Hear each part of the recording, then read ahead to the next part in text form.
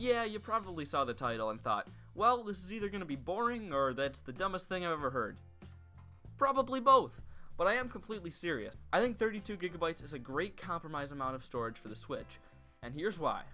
Hello all 25 of you, I'm Redkwan, and today I'll dive into why I'm glad the Nintendo Switch has just 32 gigabytes of storage. Most people watching this probably know that gigabytes are a measurement of storage, and for a modern video game console, 32 gigabytes isn't exactly a lot of it. In fact, there are plenty of games coming out these days that are more than that alone. That sounds pretty bad, and in some ways it does provide a distinct disadvantage to customers. So I'll get to the bad side of it first. Like I mentioned, 32 gigabytes is a pretty small amount, and there are a good amount of games that are that big alone. If you're buying a game like NBA 2K18 on the Switch, you'll have to immediately get a micro SD card to run it. Many people like to download games, and many indie games are only available through downloads, which means for many, that storage will get taken up really fast.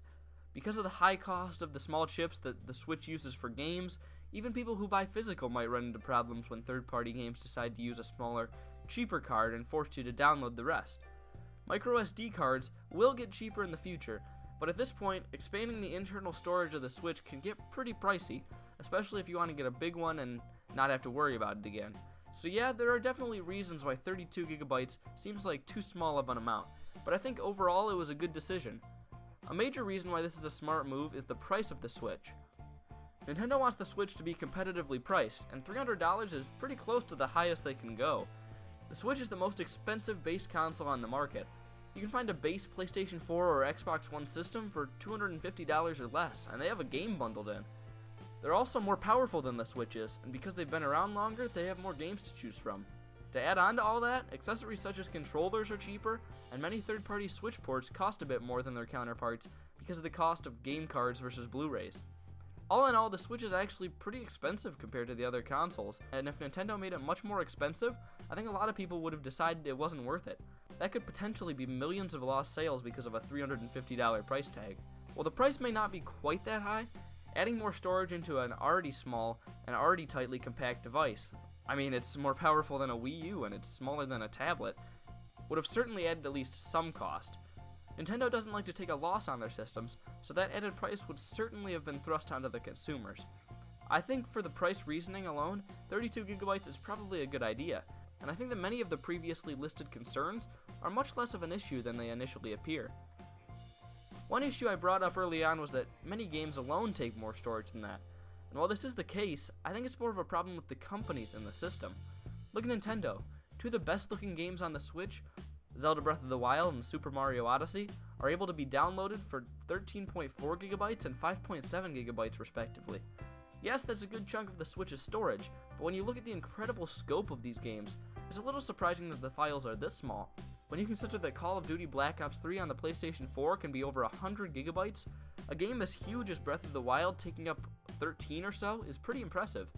And unlike on the PlayStation or Xbox, if you buy physical on the Switch, the games shrink to incredibly small sizes that only need to be used for save files. You can basically fit as many Nintendo games as you want on the Switch if you buy actual game cards. I say Nintendo games because many third parties don't want to pay larger costs to fit their game completely on a game card, and they make you download the rest.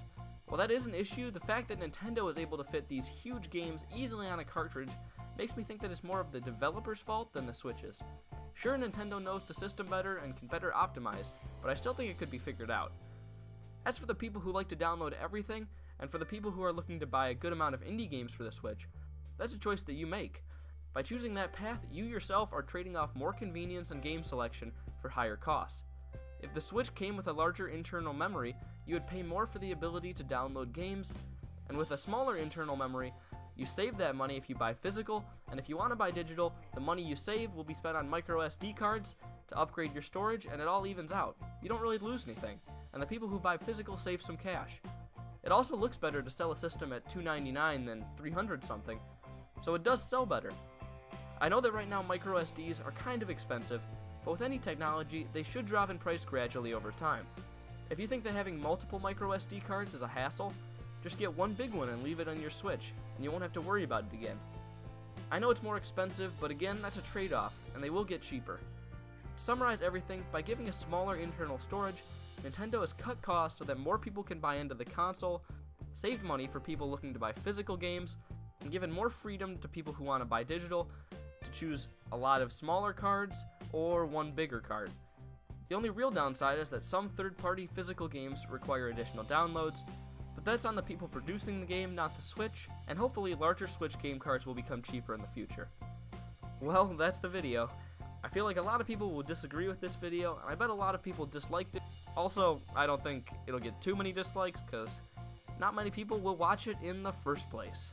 If you did watch it though, thank you. I hope you enjoyed it. So I'm Redkwan, thanks for watching, and I hope to see you all later. Goodbye.